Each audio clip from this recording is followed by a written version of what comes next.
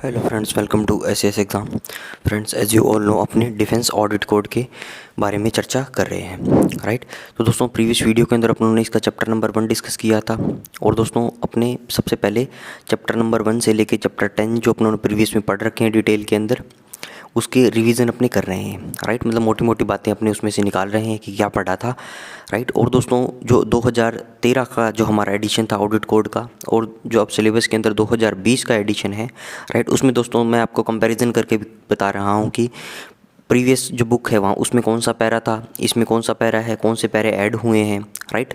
तो वो छोटी मोटी बातें जो प्रीवियस वीडियो के अंदर भी अपनों ने डिस्कस कर ली थी, राइट। और दोस्तों, एक खास बात और है कि जो डिफेंस ऑडिट कोड 2020 जो हमारे सिलेबस के अंदर है, वो दोस्तों CGDA की वेबसाइट पर अभी अवेलेबल नहीं है, ठीक है, वहाँ पे अपलोडेड नहीं है, राइट। तो एक ये भी है कि वहाँ पे जब अपलोड हो जाएगी तो दोस्तों ऑफिशियली हम उसको मान सकते हैं। वैसे तो लेटर आ चुका है कि डिफेंस ऑडिट कोड 2020 एडिशन होगा, राइट, लेकिन दोस्तों वहाँ पे भी अगर अपलोड हो जाए then that will be better for us, ठीक है। तो देखिए दोस्तों, चैप्टर नंबर 2 है, आज अपने डिस्कस करेंगे। प्रीवियस वीडियो में चैप्टर नंबर 1 देखा था, आज अपने दोस्तों चैप्टर नंबर 2 और 3 दोनों कंप्लीट कर लेंगे, राइट। तो देखिए, general principles and rules of audit, मतलब ऑडिट के कुछ प्रिंसिपल्स हैं, कुछ रूल्स जो हैं वो इस चैप्टर के अंदर बताए गए हैं, ठीक है, कि आपको ऑडिट करनी कैसे है, किन किन बातों का ध्यान रखना है। और दोस्तों, पूरी किताब के अंदर ऑडिट के बारे में ही चर्चा होगी, ठीक है, मतलब लेखा परीक्षा के बारे में ही चर्चा होगी, राइट। तो देखिए दोस्तों, पैरा नंबर 11 है। प्रीवियस बुक में दोस्तों ये 16 नंबर पैरा था, जो ब्रैकेट में लिखा हुआ है वो 16 नंबर पैरा वो प्रीवियस बुक का है। अब दोस्तों ब्लैंक सारे हटा दिए तो वो क्या है, पैरे थोड़े कम हो गए, तो मतलब सारी चीज़ें आगे खिसक गई थोड़ी थोड़ी, ठीक है। तो अब इसमें ये भी बोल सकते हो कि जो मान लो पैरा से सवाल पूछ रहा था ऑडिट कोड के अंदर वो, ठीक है, वो उसको क्या पता ना पूछे, राइट, क्योंकि दोस्तों इम्पोर्टेंट, मान लो ये तो काफ़ी पहले से लोग तैयारी कर रहे थे इस किताब की, राइट, मान लो प्रीवियस ईयर से सिलेबस दोस्तों अब चेंज हुआ है इसका, तो पैरा मान लो आगे से खिसक गए सारे, तो वो पूछने के चांसेस भी बहुत कम हो जाते हैं, ठीक है। तो देखिए दोस्तों, क्या है, 11 नंबर पैरा है इसका। प्रीवियस बुक के अंदर 16 नंबर पैरा था। It is a function of the government to make financial rules and orders for the defence services. Government का दोस्तों क्या फंक्शन है, बनाना फाइनेंशियल रूल्स बनाना एंड ऑर्डर्स बनाना फॉर द डिफेंस सर्विसेज के लिए, ठीक है। मतलब पैसे से रिलेटेड क्या होगा, रूल्स ऑर्डर्स बनाएगी गवर्नमेंट डिफेंस सर्विसेज से related, and the officers of the defence services and the DID जो पेमेंट करते हैं to apply these rules and orders. और दोस्तों, गवर्नमेंट ने जो भी ऑर्डर बना दिए फाइनेंस से रिलेटेड, जो भी रूल बना दिए, उनको क्या करना है, डिफेंस सर्विसेज के लोगों को, जो डिफेंस सर्विसेज के ऑफिसर्स हैं, और दोस्तों जो हमारा डिफेंस अकाउंट्स डिपार्टमेंट है जो पेमेंट भी करता है, तो उनको इन रूल्स और कानूनों का क्या है, ध्यान में रखना पड़ेगा, उनको अप्लाई करना पड़ेगा, राइट।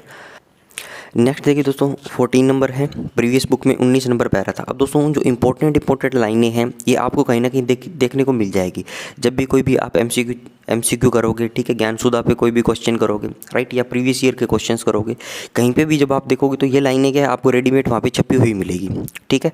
तो देखिए इसमें है 14 नंबर के अंदर, in auditing defence services account, जब भी आप ऑडिट करते हो डिफेंस सर्विस अकाउंट को, audit should not make independent enquiries from the personnel of the defence services. Audit क्या नहीं कर सकती दोस्तों, इंडिपेंडेंट इंक्वायरी नहीं कर सकती जो डिफेंस सर्विसेज के लोग हैं, ठीक है। आपको दोस्तों एज ए होल बात करना है। मान लो एक्स आर्मी यूनिट की मैं बात करूँ, वहाँ पे मैं ऑडिट के लिए चला गया, राइट, तो मुझे ऑडिट करनी है, उनकी राशन अकाउंटिंग है, ठीक है, उनके और भी कई प्रकार के जैसे ग्रांट्स की अकाउंटिंग है, राइट, क्लोथिंग की अकाउंटिंग है, MT की अकाउंटिंग है, मैकेनिकल ट्रांसपोर्टेशन की, राइट। तो सबसे दोस्तों क्या है, मैं उससे इंडिविजुअल से किसी पर्सनल से क्या है, मैं इंडिविजुअल इंक्वायरी नहीं कर सकता, ठीक है। मैं उसको दोस्तों एज ए होल बता सकता हूँ कि आपके अकाउंट्स के अंदर ये गड़बड़ है, आपकी एक्स आर्मी यूनिट जो है इसने ये काम किया है, राइट, ताकि ना कि हम उसको पर्सनली टारगेट कर सकते हैं। तो वो बात इसके अंदर बोली गई है, जब भी आप ऑडिट करते हो डिफेंस सर्विस अकाउंट को, audit should not make independent enquiry from the personnel of the defence services, ठीक है, बढ़िया बात है।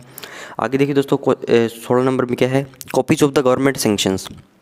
कोई भी दोस्तों गवर्नमेंट की सैंक्शन है। अब सैंक्शन क्या हो गया, सैंक्शन दोस्तों कुछ नहीं है, एक पत्र है, एक कागज़ है जिसके बिहाफ पे आप कोई भी काम कर सकते हो, ठीक है। मैं दोस्तों फॉर एग्जांपल लूँ, आपको डिपार्टमेंट के अंदर, आपको डिपार्टमेंट में दोस्तों बहुत सारे साल हो गए, मान लो 4-5 साल हो गए, ठीक है, और आपने कोई और एग्ज़ाम दिया, मान लो UPSC का एग्ज़ाम दिया, राइट, तो क्या हुआ, आपका UPSC में सिलेक्शन हो गया और आप वहाँ पे जाना चाहते हो, ठीक है। तो दोस्तों आपको क्या चाहिए, डिपार्टमेंट से NOC चाहिए, नो ऑब्जेक्शन सर्टिफिकेट चाहिए, ठीक है। तो वो क्या होगी, वो NOC हो गई, ठीक है। तो वो क्या होगी दोस्तों, एनओसी क्या हो गई, सैंक्शन हो गई, राइट। उसको क्या बोलते हैं, सैंक्शन बोल देते हैं कि डिपार्टमेंट ने आपको सैंक्शन दे दी कि जिसके बिहाफ पे आप ये डिपार्टमेंट छोड़ के यूपीएससी के अंदर जा सकते हो। और दोस्तों डिफेंस सर्विसेज को कुछ भी परचेजिंग करनी है, कुछ प्रोक्योरमेंट करना है, ठीक है, तो उनकी सैंक्शन क्या होगी कि उनको ये सैंक्शन मिल जाए, उनके पास एक कागज़ हो कि हाँ जिसके बिहाफ पे वो प्रोक्योरमेंट कर ले, राइट। तो ये हो गया, मतलब इसको क्या बोलती है दोस्तों, सैंक्शन है। मान लो कोई फादर है, उसका कोई सन या डॉटर जो भी है, और वो कहती है कि मुझे खेलने जाना है बाहर, ठीक है। तो दोस्तों वो क्या है, परमिशन लेंगे पेरेंट्स से, अपने फादर से परमिशन ले ली उन्होंने, ठीक है। तो वो परमिशन क्या हुई दोस्तों, सैंक्शन है कि उनको सैंक्शन मिल गई, इनके बाहर खेलने जा सकते हैं। इनको पिकनिक पे जाना था तो क्या है दोस्तों, सैंक्शन लेनी पड़ेगी। तो हम तो दोस्तों डे टू डे लाइफ के अंदर हम पता नहीं कितनी बार ही सैंक्शन लेते हैं, ठीक है। तो ये हो गए दोस्तों copies of government sanctions which are intended for communication to the PCDACDA. दोस्तों गवर्नमेंट की सैंक्शन जो क्या है, which are intended for communication to the PCDACDA, और इनको क्या है कम्युनिकेट करना है पीसीडीसीडीए को, who have to act upon the sanction, जिनको पीसीडीसीडीए को क्या करना है दोस्तों, उस सैंक्शन पे एक्ट करना है, will be signed in ink by the sanctioning authority, ठीक है। तो उनको जो सैंक्शनिंग अथॉरिटी है उसको इंक साइंड उसको करना पड़ेगा, ठीक है। तो ये चीज़ समझ में आई दोस्तों। जो भी कॉपीज़ ऑफ गवर्नमेंट सैंक्शंस है, जिनको क्या करना है, intended for communication to the PCDCDA, जिनको कम्युनिकेट करना है पीसीडीसीडीए को, और पीसीडीसीडीए क्या करेंगे दोस्तों, उस सैंक्शन पे एक्ट करेंगे, उसके बिहाफ पे काम करेंगे, will be signed in ink by the sanctioning authority. तो वो दोस्तों इंक साइंड उनको ये सैंक्शन चाहिए, ठीक है। तो सैंक्शन का मतलब समझ में आ गया दोस्तों। कोई फादर है, उसके बच्चे हैं तो उनको सैंक्शन चाहिए बाहर खेलने के लिए, बाहर पिकनिक पे घूमने के लिए, ठीक है। कोई हस्बैंड है दोस्तों, उसको सैंक्शन चाहिए तो अपनी वाइफ से सैंक्शन लेगा कोई भी काम करने के लिए, ठीक है। तो डे टू डे लाइफ के अंदर दोस्तों क्या है, ये सैंक्शन इस प्रकार की चलती रहती है। अगला देखिए दोस्तों, जनरल नेचर वाली जैसे डेलीगेशन ऑफ पावर्स, वो साइक्लोस्टाइल्ड नेचर में भी चलेगा, ठीक है। कोई दोस्तों जनरल नेचर की सैंक्शन है, ठीक है, जनरल नेचर का कोई भी काम है, जैसे डेलीगेशन ऑफ पावर है, ठीक है, किताब के अंदर दिया हुआ है ये 16 नंबर पैरा के अंदर। तो उसके लिए आपको इंक साइंड करने की ज़रूरत नहीं है कॉपी की, आप वो साइक्लोस्टाइल नेचर के अंदर वो चल जाएगा, राइट। आगे चलिए दोस्तों, अगला देखिए दोस्तों 18 नंबर में क्या बोला गया, all sanctions accorded by the defence headquarters should be audited by the PCDCDA, ठीक है। जो भी दोस्तों डिफेंस हेडक्वार्टर की सैंक्शंस होगी उनको कौन ऑडिट करेगा, पीसीडीसीडीए करेगा, ठीक है। अब दोस्तों प्रीवियस चैप्टर के अंदर अपनों ने ये भी पढ़ा था कि गवर्नमेंट ऑफ इंडिया की जो सैंक्शंस हैं, ठीक है, मिनिस्ट्री ऑफ डिफेंस के अंदर उनको डीजीएडीएस ऑडिट करता है, ठीक है। तो ये बात इसमें अंदर यहाँ पे बोलती है कि these sanctions not having been accorded by the government of India, ठीक है, are not auditable by the DGADS, right. कि ये तो भैया किसकी है, डिफेंस हेडक्वार्टर की है, ठीक है। डिफेंस हेडक्वार्टर की सैंक्शन है तो उनको पीसीडीसीडीए करेगा, ना कि डीजीएडीएस करेगा, राइट। अब दोस्तों ये पैरा नया जुड़ा हुआ है, ये हमारे 2013 एडिशन के अंदर ये वाला पैरा नहीं है, ठीक है। तो at the micro level audit of sanctions by PCDCDA will be an effective tool to carry out risk analysis of individual procurement proposals and to provide assurance that all laid down procedures have been followed. और दोस्तों micro level पे अगर अपने बात करें, जो भी आप सैंक्शंस की ऑडिट करते हो, ठीक है, सैंक्शंस की ऑडिट का मतलब क्या है कि आप ये देखते हो कि जो सैंक्शंस आई है वो सही है या नहीं, जो कॉम्पिटेंट अथॉरिटी उसको ऑथराइज कर रही है वो कॉम्पिटेंट है या नहीं वो सैंक्शन देने के लिए, ठीक है। इस प्रकार की चीज़ें दोस्तों अगर आप करते हो, पीसीडीसीडीए करता है, will be an effective tool to carry out risk analysis. तो दोस्तों ऐसा करके वो रिस्क को एनालाइज कर सकता है कि कोई भी इंडिविजुअल अगर प्रोक्योरमेंट कर रहा है, ठीक है, and to provide assurance that all laid down procedure have been followed, ठीक है। और दोस्तों सैंक्शन में क्या पता चल जाएगा, जो भी प्रोसीजर ले डाउन है किसी भी प्रोक्योरमेंट से रिलेटेड उनको फॉलो करा गया है या नहीं करा गया, ठीक है। तो इस प्रकार से दोस्तों ऑडिट ऑफ सैंक्शन क्या है, बहुत ज़रूरी है जब पीसीडीसीडीए डिफेंस हेडक्वार्टर की कोई भी सैंक्शन को ऑडिट करता है, ठीक है। अगला चलिए दोस्तों पैरा नंबर 19 है पुरानी किताब के अंदर 26 नंबर है, all expenditure of public money which is not authorised by the regulations और other orders requires the sanction of the government of India, ठीक है। सारा एक्सपेंडिचर दोस्तों पब्लिक मनी का, all expenditure of public money, सारा expenditure है दोस्तों public money का, which is not authorised by the regulations और अदर ऑर्डर्स, जिनको क्या है दोस्तों वो ऑथराइज नहीं है, ठीक है, पब्लिक मनी का पैसा किसी वजह से, require the sanction of the government of India, ठीक है। तो उसके लिए किसको, गवर्नमेंट ऑफ इंडिया की सैंक्शन चाहिए। अब दोस्तों ये सारे इन लाइनों से सवाल पूछे गए हैं, ठीक है। अगर आप कोई भी एमसीक्यूज वगैरह हल करते हो तो इस प्रकार के सवाल आपको देखने को मिलेंगे, ठीक है। ये सवाल भी दोस्तों प्रीवियस एग्जाम्स में पूछा गया है, ठीक है। ये भी एमसीक्यू बनता है कि ये पूछ लेगा all sanctions accorded by the defence headquarter should be audited by which agency, PCDCD इसका आंसर आ जाएगा, ठीक है। इसके अंदर क्या आ जाएगा दोस्तों, all expenditure of public money which is not authorised by the regulations और other orders require the sanction of the which, ठीक है। तो इसके अंदर गवर्नमेंट ऑफ इंडिया आ जाएगा, ऑप्शन में दे देगा defence headquarter, government of India, PCDCD, none of this. इसके अंदर गवर्नमेंट ऑफ इंडिया आपको आंसर टिक करना है। All orders which convey sanctions should issue in the form of a government letter और आर्मी नेवी एयरफोर्स इंस्ट्रक्शन। ठीक है। अब दोस्तों ये सवाल भी पूछा गया है, आपको देखने को मिलेगा बहुत सारी जगह कि सारे ऑर्डर्स जो सैंक्शंस को कन्वे करते हैं वो किसकी फॉर्म में आएंगे दोस्तों, या तो गवर्नमेंट का कोई लेटर होगा या वो आर्मी नेवी एयरफोर्स की एज ए इंस्ट्रक्शन के रूप में अंदर एज ए इंस्ट्रक्शन के रूप में होगा। ठीक है। जो भी ऑर्डर दोस्तों सैंक्शन को कन्वे कर रहा है, जो ऑर्डर दोस्तों सैंक्शन को कन्वे कर रहा है वो गवर्नमेंट लेटर के रूप में होगा या आर्मी नेवी एयरफोर्स इंस्ट्रक्शन के रूप में होगा। ठीक है, समझ में आई दोस्तों बातें। आगे चलिए नेक्स्ट देखिए दोस्तों 24 नंबर के अंदर क्या बोला गया है, one of the important functions of audit in relation to the audit of expenditure. सबसे दोस्तों महत्वपूर्ण फंक्शन जो है ऑडिट का in relation to the audit of expenditure, जब भी आप एक्सपेंडिचर की ऑडिट कर रहे हो तो क्या करते हो, is to see that each item of expenditure is covered by the sanction of the authority competent to sanction it. ठीक है। तो आपको क्या देखना है, प्रत्येक आइटम जिस पे खर्चा हो रहा है is covered by the sanction, उसकी एक तो सैंक्शन अवेलेबल है। ठीक है, of the authority competent to sanction it. और दोस्तों सैंक्शन भी कौन सी है, उस अथॉरिटी की है जो कॉम्पिटेंट है वो सैंक्शन देने के लिए। ठीक है। अगर दोस्तों आपकी पावर में आ ही नहीं रही कोई सैंक्शन, मान लो दोस्तों मुझे 5 लाख रुपए तक की पावर है, ठीक है, कि मैं कोई भी प्रोक्योरमेंट के लिए सैंक्शन दे सकता हूँ। ठीक है। अब दोस्तों मुझे 6 लाख का सामान परचेज करना है, कोई इंडिविजुअल आया और मेरे साइन लेने आया, ठीक है, उसको 6 लाख का सामान परचेज करना है। ठीक है। तो दोस्तों मैं क्या है उसको सैंक्शन नहीं दे सकता, क्योंकि मेरी पावर कितनी है, मेरी 5 लाख तक की सैंक्शन करने की है। ठीक है। तो ऑडिट ऑफ एक्सपेंडिचर जब भी करता है PCDCDA, तो वो क्या देखता है कि जो अथॉरिटी साइन कर रही है सैंक्शन पे, क्या वो कॉम्पिटेंट है उस पर उसको साइन करने के लिए। ठीक है। 6 लाख का सामान था, ये 5 लाख वाले ने साइन करके दे दिया। ठीक है। और उन्होंने परचेजिंग कर ली, सारा काम हो गया। ठीक है। तो दोस्तों जब PCDCD इसकी पोस्ट ऑडिट करेगा तो वो देखेगा ना कि इसमें कि मान लो जो सैंक्शन इसने दी है, प्री ऑडिट में तो कोई चक्कर ही नहीं है कि वो सैंक्शन जो है वो पहले रिजेक्ट कर देगा। ठीक है, कह देगा कि ये सैंक्शन आपकी कॉम्पिटेंट अथॉरिटी सैंक्शन ही नहीं है, इस सैंक्शन नहीं है इस काम को सैंक्शन करने के लिए। ठीक है। तो जब दोस्तों पोस्ट ऑडिट के लिए जब आती है, प्री ऑडिट में तो कोई चक्कर ही नहीं है, पोस्ट ऑडिट के लिए आएगा तो हम इसमें ऑब्जेक्शन भी रेज कर सकते हैं। ठीक है। तो अगला चलिए दोस्तों 31 नंबर के अंदर क्या है, ऑडिट अगेंस्ट प्रोप्रिएटी। ठीक है। अब ये क्या है प्रोप्रिएटी, प्रोप्रिएटी का मतलब होता है दोस्तों जस्टिफाई। ठीक है, जस्टिफाई इसको बोल सकते हो आप, जस्टिफाई इसका सिनोनिम है दोस्तों जस्टिफाई, इसको बोल सकते हो औचित्य क्या है। ठीक है। सारे दोस्तों नियम कानून आपने देख लिए, कोई भी प्रोक्योरमेंट हुआ सारी चीज़ें आपने देख ली, लेकिन दोस्तों अगर उसका कोई औचित्य ही नहीं है, ठीक है, वो दोस्तों जस्टिफाई ही नहीं करता उन चीज़ों को। ठीक है। जिन हालात में, जिन सर्कमस्टांसेस में प्रोक्योरमेंट करी गई है, तो भी क्या है दोस्तों आप उस पर ऑडिट ऑब्जेक्शंस रेज कर सकते हो। ठीक है।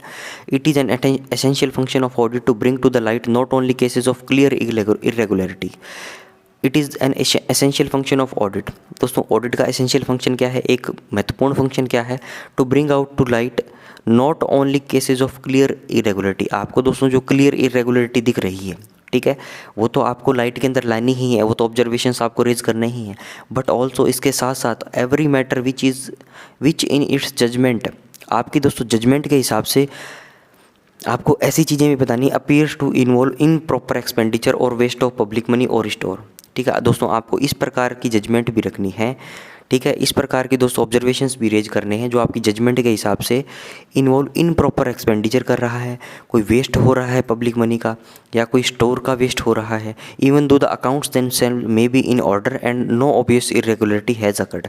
ठीक है, हालांकि दोस्तों जो अकाउंट्स बनाए गए हैं वो सही हैं, सारी सैंक्शन उनके पास हैं।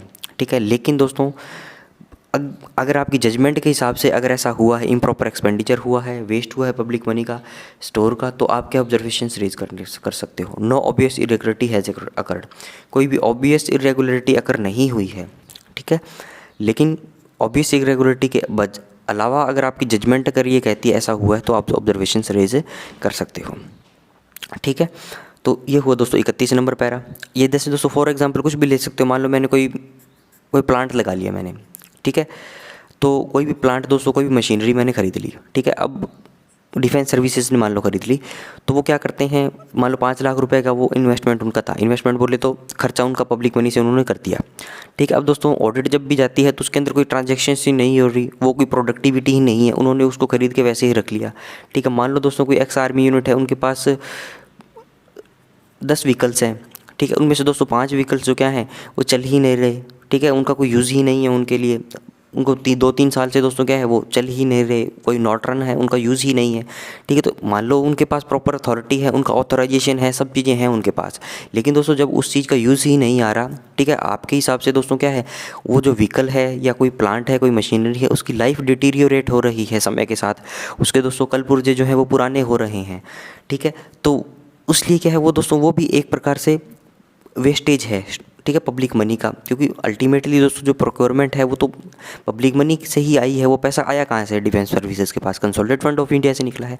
कंसोलिडेटेड फंड ऑफ इंडिया में दोस्तों पैसा कहाँ से आया है? ऑल जो हमारे देश के अंदर जितने भी tax revenue, non tax revenue, जितनी भी प्राप्तियाँ हैं वहाँ पर गया है, ठीक है। तो इस प्रकार के दोस्तों अगर आपकी जजमेंट के हिसाब से जब आप ऑडिट कर रहे हो, आपको लगता है कि हाँ वेस्टेज हुआ है, तो आप ऑब्जर्वेशन उसके अंदर रेज कर दोगे, ठीक है। 34 नंबर देखिए दोस्तों, extent of audit of expenditure, ठीक है। Extent of audit of expenditure का मतलब कि क्या है कि कितना ऑडिट आपको करना है, ठीक है। मतलब जो भी बिल्स आया, कोई भी अकाउंट्स आया दोस्तों, उसको कितना ऑडिट करना है, ये सारी चीज़ें जो क्या है shown in annexure to this chapter. ये दोस्तों इस चैप्टर के पीछे एक एनेक्सर दिया हुआ है, उसके अंदर उस बताया गया है कि आपको कोई भी बिल आए, कोई भी अकाउंट्स है, उसको कितना ऑडिट करना है। अब दोस्तों एनेक्सर के अंदर देखिए क्या दिया गया है, वो भी आपको मैं बता देता हूँ थोड़ा। तो ये देखिए दोस्तों एनेक्सर है रेफर्ड टू इन पैरा 42। अब दोस्तों नई किताब के अंदर ये पैरा चेंज हो जाएगा, ठीक है। नई किताब के अंदर दोस्तों ये कौन सा पैरा है? ये 34 नंबर पैरा है, ठीक है। पुरानी किताब के अंदर दोस्तों कितना 42 नंबर है। तो आपको दोस्तों जो भी एक्सपेंडिचर हो रहा है उसकी ऑडिट करनी है, तो वो किस हद तक करनी है? एक्सटेंट का मतलब क्या हुआ?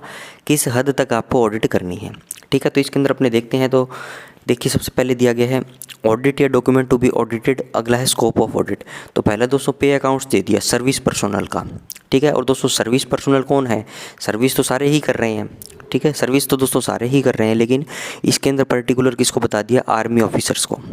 अगला है दोस्तों आर्मी जेसीओ अदर रैंक्स को, और तीसरा दोस्तों नेवल पर्सनल को, और चौथा बता दिया दोस्तों एयरफोर्स पर्सनल को, ठीक है। अब दोस्तों आर्मी ऑफिसर है, तो आर्मी ऑफिसर के लिए दोस्तों उनके 10% चेक आपको करना है, किन पे? एंटाइटलमेंट्स पे और डिस्बर्समेंट पे, जो भी उनका पे अकाउंट्स होगा उनको, ठीक है। आर्मी के दोस्तों जेसीओ ओआर्स जो हैं उनकी IRLA जो है इंडिविजुअल रनिंग लेजर अकाउंट, उनको 25% आपको क्या है ऑडिट करनी है उनकी, ठीक है। मान लो दोस्तों 100 पेज हैं, ठीक है। एक्सटेंट ऑफ ऑडिट का मतलब क्या हुआ? 25% का मतलब क्या हुआ? मान लो 100 पेज हैं, ठीक है, तो उसमें से 25 पेज ऑडिट कर दो, ठीक है। मान लो दोस्तों आपको 1 साल के लिए 1 साल के IRLA आपको ऑडिट करने हैं, ठीक है। 25% का मतलब क्या हुआ? आप कोई भी 4 मंथ उसमें से सिलेक्ट कर लो, ठीक है। ये दोस्तों वही सैम्पलिंग की टेक्निक है। सैम्पलिंग का जो चैप्टर हमारा दिया गया है कि एक कोई भी दोस्तों बर्तन है, उसके अंदर 100 kg कुछ भी आइटम है मान लो, ठीक है। तो उसमें से दोस्तों क्या करोगे आप? कुछ आइटम आप निकाल लो, राइट, 2-3 जगह से। तो आपका क्या हो जाएगा दोस्तों? आप उससे ओवरऑल उसमें जान सकते हो कि वो आइटम कैसा है, राइट। जैसे दोस्तों एग्जांपल मैं आपको बिल्कुल ही एक देसी एग्जांपल लूँ। मान लो मेरे पास 10 बीघा ज़मीन है, ठीक है। 10 बीघा दोस्तों मेरा ज़मीन है, ठीक है। तो ये 1 बीघा हो गया, 2, 3, 4, 5, 6, 7, 8, ये 10 बीघा ज़मीन है मेरे पास, राइट। तो इसमें दोस्तों मुझे मेरे ज़मीन के अंदर, मेरे खेत के अंदर मुझे ये देखना है कि क्या यहाँ पे कोई भी मुझे फसल करनी है, ठीक है। मान लो दोस्तों मुझे इसके अंदर ड्रैगन फ्रूट का बाग लगाना है, ठीक है। ड्रैगन फ्रूट मुझे करने हैं यहाँ पे, या आप बोल सकते हो कोई सा भी और फ्रूट, मान लो एप्पल मुझे लगाना है इसके अंदर। तो दोस्तों मैं क्या करता हूँ, मैं इसमें से 10 जगह से मिट्टी, मुझे सॉइल की जांच करवानी पड़ेगी, तो दोस्तों मैं 10 जगह से मिट्टी इसकी उठा लूँगा, ठीक है। मेरे हर एक बीघा से दोस्तों थोड़ी थोड़ी मिट्टी मैं उठा लूँगा, यहाँ से थोड़ी मिट्टी, यहाँ से थोड़ी मिट्टी, यहाँ से थोड़ी मिट्टी। तो दोस्तों 10 जगह से मिट्टी मैंने उठा ली, तो मेरे पास कुछ अमाउंट में मिट्टी हो गई। तो उसको मैं क्या करूँगा?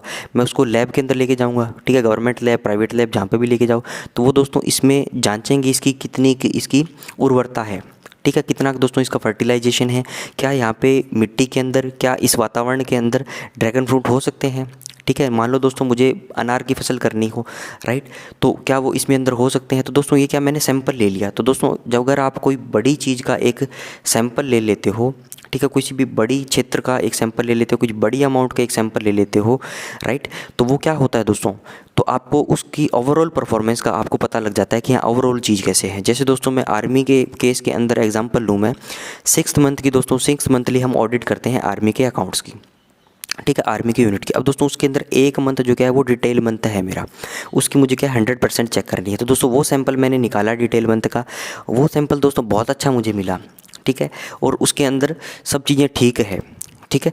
तो दोस्तों मैं मान सकता हूँ कि 6 मंथ के अकाउंट्स जो बने होंगे वो सारे ठीक होंगे। दोस्तों मुझे कोई भी मान लो हेल्थ के मान लो कुछ इशू था, ठीक है, तो मैं क्या दोस्तों ब्लड सैंपल मैं दे के आता हूँ। तो दोस्तों मेरा बॉडी के अंदर जितना भी ब्लड है, एक दोस्तों वो थोड़ा सा ब्लड निकालेगा तो उसकी जांच कर लेगा, तो ओवरऑल दोस्तों मेरी बॉडी के अंदर क्या प्रॉब्लम है उससे पता चल जाएगा, ठीक है। तो यही बात इसके अंदर है दोस्तों। IRLA अगर आप करते हो ऑडिट, ठीक है, ऑडिट करनी है आपको IRLA 12 मंथ की दोस्तों सर्विस पर्सनल है, उनके पे अकाउंट्स है, उनकी IRLA है, तो आप दोस्तों उसका चौथा हिस्सा कर लो तो आपको ओवरऑल चीज़ों का पता चल जाएगा, ठीक है। नेवी पर्सनल के केस में दोस्तों कुछ बातें बताइए। ऑथराइजेशन लेजर जो 100% करने हैं, डिसबर्समेंट लेजर करना है उसको 1/3 करना है, ठीक है। But in respect of check of debit entry IRLA from acquittance rolls etcetera the percentage will be, ठीक है। तो ये अलग अलग बता दिए दोस्तों, अलग अलग परसेंटेज बताया गया है, ठीक है। एयरफोर्स पर्सनल में 1/3, सिविलियन पर्सनल है तो दोस्तों 1/3 हो गया, all other civilian. Pension bill है तो दोस्तों UK के पेंशनर हैं उनको फुल मंथली करना है, ठीक है। तो आगे भी दोस्तों इस किताब के अंदर दोस्तों नेक्स्ट इसमें और भी बताया गया है, ठीक है। आगे देखो तो यहाँ पे भी बताया गया है post audit of bills pertaining to defence account department, ठीक है। तो दोस्तों जो भी डिफेंस अकाउंट डिपार्टमेंट है, ठीक है, DAD जो डिपार्टमेंट है, इसके अंदर बता दिया कि पोस्ट ऑडिट ऑफ पे बिल्स ऑफ ऑफिसर उसका 8 से 1/3 करना है, ठीक है। तो ये दोस्तों आप एक नज़र से इसको देख सकते हो, राइट। और दोस्तों इसको बताने के पीछे मेरा यही पर्पज़ है कि क्योंकि इस प्रकार के सवाल अगर आपसे कोई पूछे जाए तो आपको अथॉरिटी अगर ढूंढनी हो, ठीक है, तो आप इस चैप्टर के अंदर आ सकते हो, ठीक है। क्योंकि ये सवाल भी प्रीवियस कई एग्ज़ाम से पूछे गए हैं कि IRLA जो है आर्मी के JCOR की, उसको उनका पे अकाउंट जो उनको कितना % चेक करना है, ठीक है। तो इसके अंदर दोस्तों अपने देखा है कि 25% उसको चेक करना है, राइट। तो ये बात अपनों ने एनेक्सर के अंदर देख ली। अगला देखिए दोस्तों, द क्वांटम ऑफ ऑडिट में however be suitably increased. दोस्तों जो क्वांटम है ऑडिट की कि हाँ आपको जिसमें बता दिया 25% करनी है, 10% करनी है, ये करना है। लेकिन दोस्तों क्वांटम ऑफ ऑडिट है अगर उसको आपको इंक्रीज़ करना है, क्वांटम ऑफ ऑडिट में however be suitably increased under the personal order of the PCD to the extent he may order at it discretion where the state of accounts is unsatisfactory and warrants more detail account, ठीक है। कोई भी दोस्तों आपने x formation का audit किया, ठीक है, लेकिन दोस्तों मान लो 25% कर दिया, जो भी कर दिया, लेकिन दोस्तों अगर आपको लगता है कि वो जो अकाउंट्स हैं उसके अनसेटिस्फैक्ट्री हैं, उनको और डिटेल की ऑडिट चाहिए, ठीक है, मान लो पूरा ही फ्रॉड कर रखा है, ठीक है, तो उस केस के अंदर दोस्तों आपको PCD की सैंक्शन लेनी पड़ेगी, ठीक है। PCD के दोस्तों पर्सनल ऑर्डर उसके अंदर चाहिए।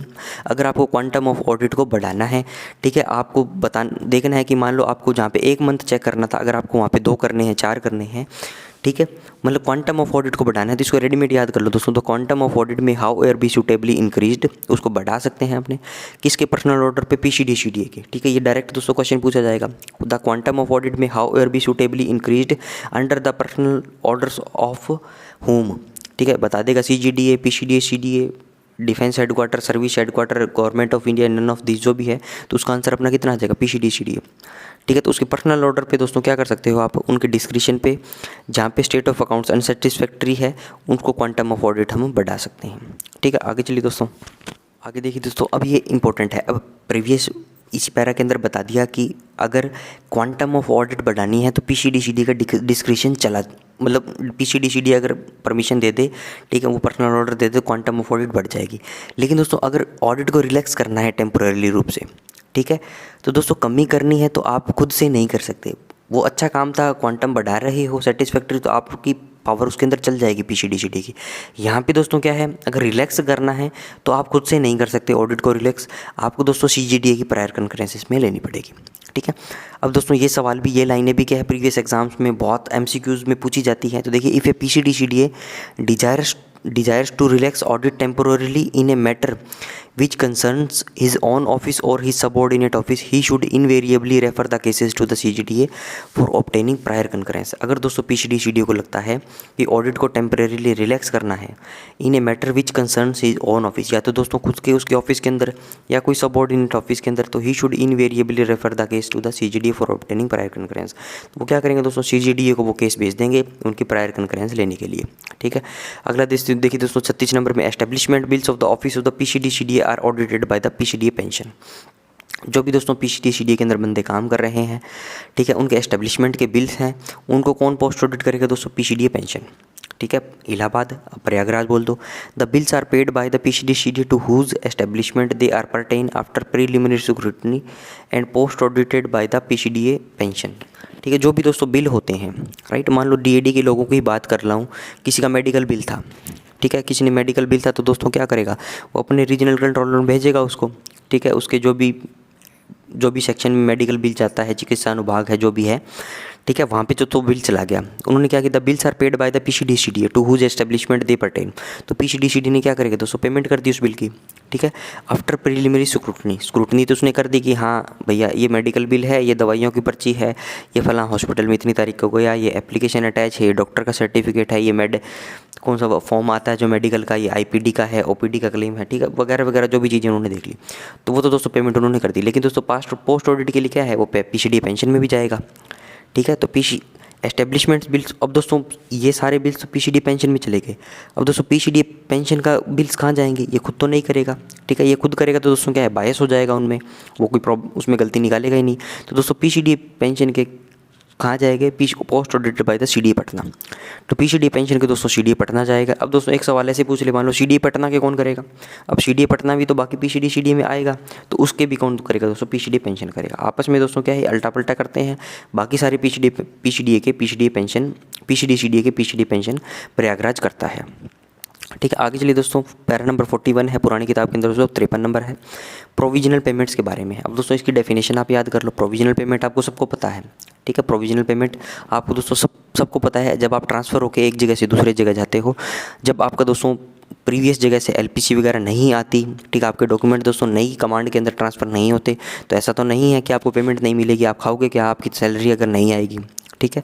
तो दोस्तों उस केस के अंदर भी आप प्रोविजनल पेमेंट ले सकते हो, ठीक है। तो वो बातें भी अपने डिस्कस करेंगे। तो सबसे पहले देखिए दोस्तों प्रोविजनल पेमेंट की डेफिनेशन क्या है। Payments made in exceptional circumstances.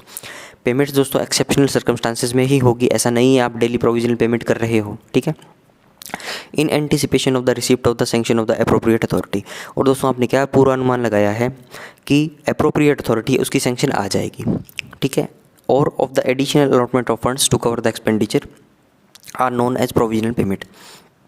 या दोस्तों एक तो हो गया कि anticipation of the receipt of the sanction of the appropriate authority, कि जो अप्रोप्रिएट अथॉरिटी है उसकी सैंक्शन आ जाएगी, उसके एंटिसिपेशन में आपने पेमेंट कर दी, ठीक है। दूसरा दोस्तों additional allotment of funds to cover the expenditure.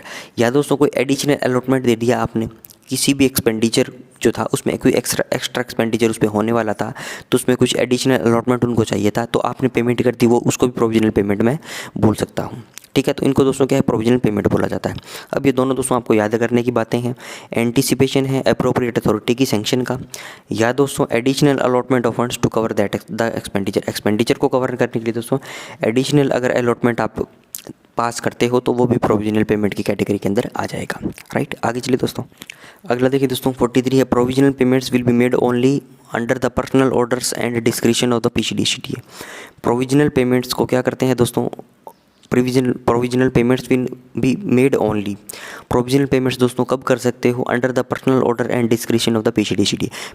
PCDCD के दोस्तों पर्सनल ऑर्डर और डिस्क्रिशन पर ही प्रोविजनल पेमेंट करी जा सकती है, इसके अलावा दोस्तों नहीं करी जा सकती, ठीक है। Who before authorising such payments, PCDCD दोस्तों जब भी ऑथराइज करेंगे इस प्रोविजनल पेमेंट को, विल सेटिस्फाई हिमसेल्फ, अपने आप को दोस्तों देखेंगे, ठीक है, अपने आप को दोस्तों क्या है वो सारी चीज़ों की जांच करेंगे with a due sense of his own responsibility that his authorisation is justifiable. और दोस्तों वो एक सेंस उनके अंदर ऐसा डेवलप होगा, ठीक है, उनको दोस्तों एक हिज ओन उनकी रेस्पॉन्सिबिलिटी होगी कि जो भी वो प्रोविजनल पेमेंट ऑथराइजेशन कर रहे हैं, ऑथराइज कर रहे हैं, वो जस्टिफाई करती है या नहीं करती। क्योंकि दोस्तों प्रोविजनल पेमेंट क्या है, ये रिस्क है, ठीक है। एक तो दोस्तों मैं 30 दिन मैंने काम कर लिया, ठीक है, और मुझे 31वें दिन या 32वें दिन सरकार ने पेमेंट कर दी, ठीक है। एक दोस्तों मैं काम में अगर नहीं करता हूँ या मेरी अथॉरिटी आने वाली है, राइट, किसी भी केस के अंदर मेरे पास अथॉरिटी नहीं है, फिर भी दोस्तों क्या है मुझे एक्सेप्शनल सर्कमस्टांसेस है, मुझे पेमेंट पहले करनी पड़ रही है, काम मेरा बाद में होगा, ठीक है। तो उन केसेस के अंदर दोस्तों थोड़ा सा रिस्क रहता है, तो इसलिए PCDCD को क्या है दोस्तों उनके डिस्क्रिप्शन पे डिपेंड करती है, पर्सनल ऑर्डर पे डिपेंड करती है, तो वो थोड़ा सोचना पड़ेगा उनको कि हाँ ये जस्टिफाई करता है या नहीं करता, ठीक है, कहीं गवर्नमेंट को लॉस ना हो जाए, ठीक है। तो इस प्रकार की चीज़ें दोस्तों क्या है उनको सोचनी पड़ेगी। अगला देखिए, the PCD may at his description delegate the powers to the provisional payments to additional controller, joint controller और IDAS officers functioning as group officer. ठीक है, अब दोस्तों ये लाइनें भी डायरेक्ट पूछी जाती है क्या PCD CDA डेलीगेट कर सकते हैं पावर्स को प्रोविजनल पेमेंट की, और कर सकते हैं तो दोस्तों किन किन को कर सकते हैं। ठीक है, तो आपको दोस्तों ये याद रखना है, एडिशनल कंट्रोलर को, या दोस्तों जॉइंट कंट्रोलर को, या IDAS अफसर को जो ग्रुप ऑफिसर के रूप में काम कर रहा है। ठीक है, एडिशनल कंट्रोलर, जॉइंट कंट्रोलर, या दोस्तों IDAS ऑफिसर जो ग्रुप ऑफिसर के रूप में काम कर रहा है। ठीक है, अगला चलिए दोस्तों 46 नंबर में, इन नो सर्कमस्टांसेस, पुरानी किताब में दोस्तों क्या है 58 नंबर पैरा है, in no circumstances will a provisional payment be made on an undertaking by the individual concerned that he will refund the amount if he required to do so.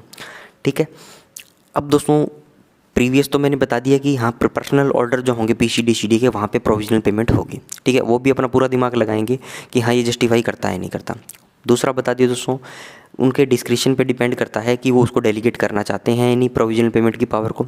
ठीक है, इसमें दोस्तों बता दिया कि कोई भी इंडिविजुअल अगर अंडरटेकिंग दे दे, ठीक है, कि मैं इस अमाउंट को रिफ़ंड कर दूंगा, ठीक है, तो उस केस के अंदर दोस्तों किसी भी हालात के अंदर नहीं, इन और सर्कमस्टांसेस मतलब किसी भी हालात के अंदर आपको प्रोविजनल पेमेंट नहीं करनी है। ठीक है, नेगेटिव सेंटेंस है ये, in no circumstances will a provisional payment be made, किसी भी हालात के अंदर प्रोविजनल पेमेंट आपको नहीं करनी है अगर कोई इंडिविजुअल ऐसा अंडरटेकिंग लिख के दे दे कि वो उस अमाउंट को रिफ़ंड कर देगा। ठीक है, तो दोस्तों ये तो क्या है, ये तो एक प्रकार से बेवकूफ़ी होगी ना कि मान लो मैं कह दूं कि मैं रिफ़ंड कर दूंगा। ये तो वो बात होगी कि मान लो मैं किसी बंदे के पास गया उधार लेने के लिए पैसे, ठीक है, मैंने बोल दिया उसको कि यार मुझे 20,000 रुपये उधार दे दे, मुझे अभी ज़रूरत है, मैं तेरे को लौटा दूंगा बाद में। ठीक है, मुझे प्रोविजनल पेमेंट कर दे 20,000 रुपये की। ठीक है, जब मेरे पास होंगे, मेरे पास अथॉरिटी आ जाएगी, मेरे पास पैसा आ जाएगा तो मैं दे दूंगा। ठीक है, ये तो दोस्तों सबको ही पता है कि आजकल ऐसी व्यवहार क्या ये चलता नहीं है। ठीक है, अगर आपको दोस्तों आपने किसी को पैसे दे दिए तो आपको खुद ही वो उसके लिए क्या तो बोलूँ मैं अब। ठीक है, तो वो दोस्तों आपका गया फिर। ठीक है, तो अगर वो बोल देगा कि मैं रिफ़ंड कर दूंगा भाई तेरे को, तो दोस्तों क्या है, फिर आपके दिमाग में थोड़ी घंटी बजेगी कि यार ये तो गलत हो रहा है। ठीक है, तो ये बात इसके अंदर बोल दी, प्रोविजनल पेमेंट दोस्तों कोई अंडरटेकिंग दे दे, ठीक है, कि रिफ़ंड कर दूंगा मैं, राइट, तो उस केस के अंदर प्रोविजनल पेमेंट आपको नहीं करनी है। ठीक है, याद रहेगी दोस्तों ये बातें। अगला चलिए दोस्तों NLPC, अब ये इंपॉर्टेंट है। ठीक है, क्योंकि दोस्तों यहाँ से जब आप करते हैं इस लाइन से क्या एक डाउट हमारे दिमाग के अंदर आ जाता है कि यार अपने जब जाते हैं दूसरे कोई कमांड के अंदर या दूसरी फॉर्मेशन के अंदर, मान लो सदर्न कमांड से साउथ वेस्टर्न में गए या कहीं और गए, कोई और ऑफिस के अंदर गए जहाँ पे मेरा पेमेंट बनाने वाली अथॉरिटी जो है वो अलग हो गई।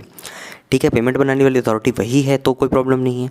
तो दोस्तों उस केस के अंदर हम ऐसी चीज़ें करते हैं। ठीक है, आपके ऑफिस के अंदर भी दोस्तों कोई मान लो ट्रांसफ़र होकर आएगा तो वो ऐसी चीज़ें करता है।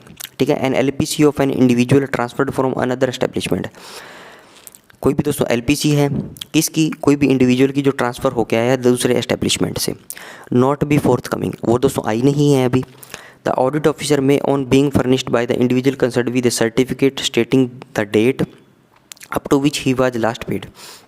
तो दोस्तों उस केस के अंदर ऑडिट ऑफिसर क्या करेगा, अगर वो इंडिविजुअल फर्निश कर देता है, क्या बोल देता है दोस्तों, विद एक सर्टिफिकेट देगा जिसके अंदर क्या लिखा होगा कि the date up to which he was last paid, कि कौन से मंथ तक उसकी पेमेंट मिल गई है वो लिख देगा। Rates of his pay and allowance, वो दोस्तों कौन से उसका स्केल है, कौन सा उसका ग्रेड पे है, ठीक, कितनी उसकी बेसिक है, वो सारी चीज़ें वो बता देगा। कुछ उसके अगेंस्ट में आउटस्टैंडिंग है या नहीं, ड्यू है या नहीं है, ठीक है, कुछ उसकी लाइबिलिटी नहीं है, तो वो दोस्तों सारी चीज़ें वो सर्टिफिकेट के अंदर लिख के दे देगा। तो दोस्तों वो ऑडिट ऑफिसर क्या करेगा, ऑथोराइज कर देगा पे बीइंग डिसबर्स, तो उसको दोस्तों प्रोविजनल पेमेंट वो दे सकता है। And provisionally admitted pending the receipt of NLPC। ठीक है, अब दोस्तों प्रोविजनली इसको एडमिट कर दिया। ठीक है, अब जिसकी LPC आएगी तो उसमें वो फाइनल उसको एडजस्टमेंट इसका कर देगा। ठीक है, and such payments will not be continued indefinitely. और दोस्तों एक लाइन इसके अंदर बोल भी दी, इस प्रकार की अगर आप पेमेंट करते हो तो ऐसा नहीं है वो चलती जाएगी अनिश्चित काल तक। ठीक है, LPC आ जाएगी तो दोस्तों प्रोविजनल पेमेंट से आपका पेमेंट ना हो के आपका रेगुलर जो पेमेंट होगा उससे मंथली पे बिल से रेगुलर पेमेंट आपका हो जाएगा। राइट, आगे चलिए दोस्तों 56 नंबर पैरा है, प्रीवियस किताब के अंदर 73 नंबर था।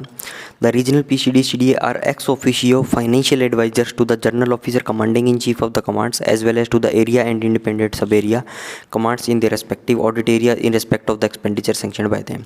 ठीक है, तो दोस्तों इसके अंदर ये बता दिया कि फाइनेंशियल एडवाइस भी क्या है, PCD CDA हमारा रेंडर करता है। ठीक है। डाउट दोस्तों जनरली ये रहता है कि जो IFA जो है इंटीग्रेटेड फाइनेंशियल एडवाइज़र है हमारे, वो तो फाइनेंशियल एडवाइस करते ही हैं, ठीक है। लेकिन दोस्तों PCDCDA का भी एक काम ये है कि अब दोस्तों ये इसको इंक्लूड करने के पीछे मेरा मकसद था कि इसमें ये पूछ सकता है आपको, who are the ex officio financial adviser to the general officer commanding in chief of the commands, ठीक है। तो दोस्तों एक्स ऑफिशियो का मतलब क्या होता है? ऐसा पद जो आपका है नहीं लेकिन आपको मिल गया ऑटोमेटिकली। जैसे दोस्तों वाइस प्रेसिडेंट जो क्या है, वाइस प्रेसिडेंट दोस्तों क्या है, ex officio chairman of the Rajya Sabha, ठीक है। राज्यसभा को क्या है दोस्तों, एक्स ऑफिशियो चेयरमैन है। चुनाव दोस्तों उन्होंने वाइस प्रेसिडेंट का लड़ा था, ठीक है। चुनाव दोस्तों उनकी पोस्ट वाइस प्रेसिडेंट की है, लेकिन वो एक्स ऑफिशियो रूप से दोस्तों राज्यसभा को चलाने का काम भी करते हैं, चेयरमैन का भी काम करते हैं, ठीक है। तो ऐसा पद दोस्तों उनको ऑटोमेटिकली मिल गया। तो रीजनल PCDCDA क्या करते हैं दोस्तों, ऑडिट वगैरह करते हैं, जो एक्सपेंडिचर हुआ है उसको सैंक्शन करते हैं, ठीक है, तमाम तरीके के काम करते हैं। लेकिन दोस्तों एक्स ऑफिशियो रूप से वो फाइनेंस की एडवाइजरी भी कर सकते हैं। किसको दोस्तों, GOC को, ठीक है, GOC इन सी को, general officer commanding in chief in command, GOC in C बोलते हैं दोस्तों इसको, ठीक है। एज वेल एज मतलब GOC इन सी मतलब जो कमांड के अंदर बड़ा अधिकारी है, as well as to the जो एग्जीक्यूटिव अथॉरिटी डिफेंस सर्विसेज की तरफ से, right, as well as to the area and independent sub area commands in their respective audit areas, ठीक है। तो दोस्तों जो भी रीजनल PCDCDA है वो एक्स ऑफिशियो फाइनेंशियल एडवाइज़र है, किसके, GOC इन सी के, ठीक है। इसके साथ साथ दोस्तों जो भी इंडिपेंडेंट सब एरिया आ रहा है उनके रेस्पेक्टिव ऑडिट एरिया के अंदर, ठीक है, जिसका वो एक्सपेंडिचर सैंक्शन करते हैं, ठीक है, तो उनको क्या करेंगे, वो फाइनेंस की एडवाइस भी करेंगे, ठीक है। तो ये वो दोस्तों चैप्टर नंबर 2 कंप्लीट। अब चलते हैं दोस्तों चैप्टर नंबर 3 पे। छोटा सा चैप्टर है दोस्तों, अभी ये कंप्लीट अपने कर लेंगे। 2-4 बातें इसके अंदर बताने वाली है। Audit against provision of funds, ठीक है। तो ऑडिट दोस्तों अगर आपको करनी है किसके लिए, against provision of funds. Provision का मतलब क्या हुआ दोस्तों, जो प्रावधान है, नियम है, कानून है, ठीक है, रेगुलेशंस है, प्रिंसिपल्स हैं, ठीक है। कोई भी दोस्तों फंड्स है उसके लिए, उसकी ऑडिट करने के लिए उसके क्या क्या प्रावधान हैं, ठीक है। दो चार बातें हैं इसके अंदर अपन देखते हैं। 71 नंबर पैरा है, प्रीवियस किताब के अंदर 87 नंबर पैरा था। Separate provision is made in the budget for expenditure in India and in England. दोस्तों जब भी बजट की फॉर्मेशन होती है तो उसके अंदर इंडिया और इंग्लैंड के अंदर जो खर्चा होने वाला है उसके लिए सेपरेट प्रोविजंस बनाए जाते हैं, ठीक है। ऐसा नहीं है दोस्तों जो इंग्लैंड के अंदर खर्चा होगा, इंग्लैंड के साथ दोस्तों इंडिया का अलग बर्ताव है, ठीक है। UK के साथ दोस्तों अलग बर्ताव है, और बाकी जो भी कंट्रीज़ बचती है अदर देन UK उनके साथ दोस्तों इंडिया अलग बर्ताव करता है, ठीक है। Separate provision is made in the budget for expenditure in India and England. Separate provision दोस्तों बने हुए हैं किसके अंदर, बजट के अंदर, for expenditure in India and in England, India और इंग्लैंड के अंदर जो भी खर्चा हो। The provisions for expenditure in England being intended to cover the charges incurred in England by the high commissioner for India in the UK। और दोस्तों जो प्रोविज़न आप एक्सपेंडिचर के बनाओगे, ठीक है, बजट के अंदर इंग्लैंड के लिए, वो क्या क्या चीज़ें कवर करेंगी, वो क्या क्या चार्जेस कवर करेंगी, to cover the charges incurred in England. वो दोस्तों खर्चा जो इंग्लैंड के अंदर हुआ है, और किसने दोस्तों, जो इंडिया का हाई कमिश्नर होगा वहाँ पे UK के अंदर, राइट।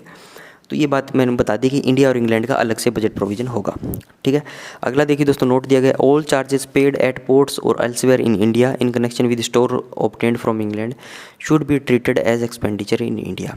दोस्तों जो भी खर्चा करोगे आप पोर्ट्स पे, ठीक है। अब इसको बताने का मकसद ये था कि ये सवाल मान लो पूछ ले, ऐसा MCQ पूछ ले आपसे, all charges paid at ports, जो भी खर्चा आपने पोर्ट्स पे किया है या कहीं भी इंडिया के अंदर करा है, कौन से स्टोर्स के लिए, जो आपने इंग्लैंड से ऑब्टेन करे हैं, ठीक है। इंग्लैंड से आपके पास क्या है, सामान आया है इंडिया के अंदर, ठीक है, और पोर्ट्स वगैरह पे खर्चा जो भी हुआ है, तो वो कहाँ का खर्चा माना जाएगा, कौन से बजट प्रोविज़न का खर्चा होगा, इंग्लैंड का खर्चा होगा, इंडिया का खर्चा होगा, as decided by the competent authority, या बोथ, D ऑप्शन में दे दूँ तो, ठीक है। तो वो खर्चा दोस्तों क्या है, ट्रीटेड एक्सपेंडिचर इन इंडिया, उसको दोस्तों क्या है, इंडिया का खर्चा माना जाएगा, ठीक है। तो जनरल MCQ इस पर बन सकता है, तो आपको इंडिया टिक करके इसका आना है। आगे चलिए दोस्तों, अगला देखिए दोस्तों 73 नंबर पैरा है, पुरानी किताब के अंदर दोस्तों 90 नंबर पैरा था। इसके अंदर बताया गया है कि एप्रोप्रिएशन ऑडिट, ठीक है। अब दोस्तों ऑडिट जो है, जो डिफेंस अकाउंट्स डिपार्टमेंट करता है, रीजनल PCDCDA जो भी करते हैं, तो दोस्तों कई प्रकार की ऑडिट होती है, ठीक है। तो दोस्तों कई प्रकार की ऑडिट जो होती है उसमें से एक ऑडिट का प्रकार जो क्या है, एप्रोप्रिएशन ऑडिट है, ठीक है। और दोस्तों इसको बताने के पीछे का मकसद जो क्या था, इसके 2 ऑप्शन आपसे दोस्तों ये पूछ लेगा कि एप्रोप्रिएशन ऑडिट के कौन से प्रकार हैं, ठीक है। तो आपको ये टिक करके आना है, सैंक्शन ऑडिट और दोस्तों एक्सपेंडिचर ऑडिट। इसमें और दोस्तों कुछ ज़्यादा ये नहीं पूछेगा, ठीक है। ये या फिर ये पूछ लेगा कि ये लोकली कंट्रोल हेड के अंदर करी जाती है, ठीक है। तो अपने देखते हैं इसके अंदर क्या लिखा। एप्रोप्रिएशन ऑडिट दोस्तों कौन सी होती है? The PCDCD required to exercise appropriation audit in only in respect of expenditure compilable to locally controlled head. तो PCDCD दोस्तों क्या करते हैं? एक्सरसाइज करते हैं एप्रोप्रिएशन ऑडिट किन केस के अंदर? Only in respect of expenditure compilable to locally controlled head. जो भी एक्सपेंडिचर दोस्तों लोकली कंट्रोल हेड के अंदर कंपाइल होगा वहाँ पे। अब दोस्तों LCH CCH अपनों ने अकाउंट कोड के अंदर पढ़ा था कि कुछ दोस्तों पावर जो है सर्विस हेडक्वार्टर अपने पास रखते हैं, ठीक है। जो सेंट्रली उनको कंट्रोल करते हैं उनको क्या बोला जाता है दोस्तों? सेंट्रली कंट्रोल हेड बोला जाता है, जिसमें pay and allowances of the armed forces वो अपनों ने देखा था। बाकी के दोस्तों बहुत सारे प्रकार के खर्चे जो क्या हैं वो अपने नीचे की अथॉरिटी के अंदर उनको डेलीगेट कर देते हैं कि आप ये खर्चा कर दो, उनको लोकली कंट्रोल हेड बोला जाता है, ठीक है। तो जो LCH के अंदर होगा वहीं पे एप्रोप्रिएशन ऑडिट होगी, right. No such audit is required to be conducted by the DAD on the expenditure pertaining to CCH। Centrally control head के अंदर एप्रोप्रिएशन ऑडिट जो क्या है DAD नहीं करता है, ठीक है। मोस्ट इंपॉर्टेंट लाइनें हैं। अब दोस्तों एप्रोप्रिएशन ऑडिट जो है 2 स्टेजेस में करी जाती है। पहला तो दोस्तों सैंक्शन ऑडिट, दूसरा है दोस्तों एक्सपेंडिचर ऑडिट। सैंक्शन ऑडिट के अंदर क्या है? Audit of orders of allotment of funds and रीअप्रोप्रिएशंस।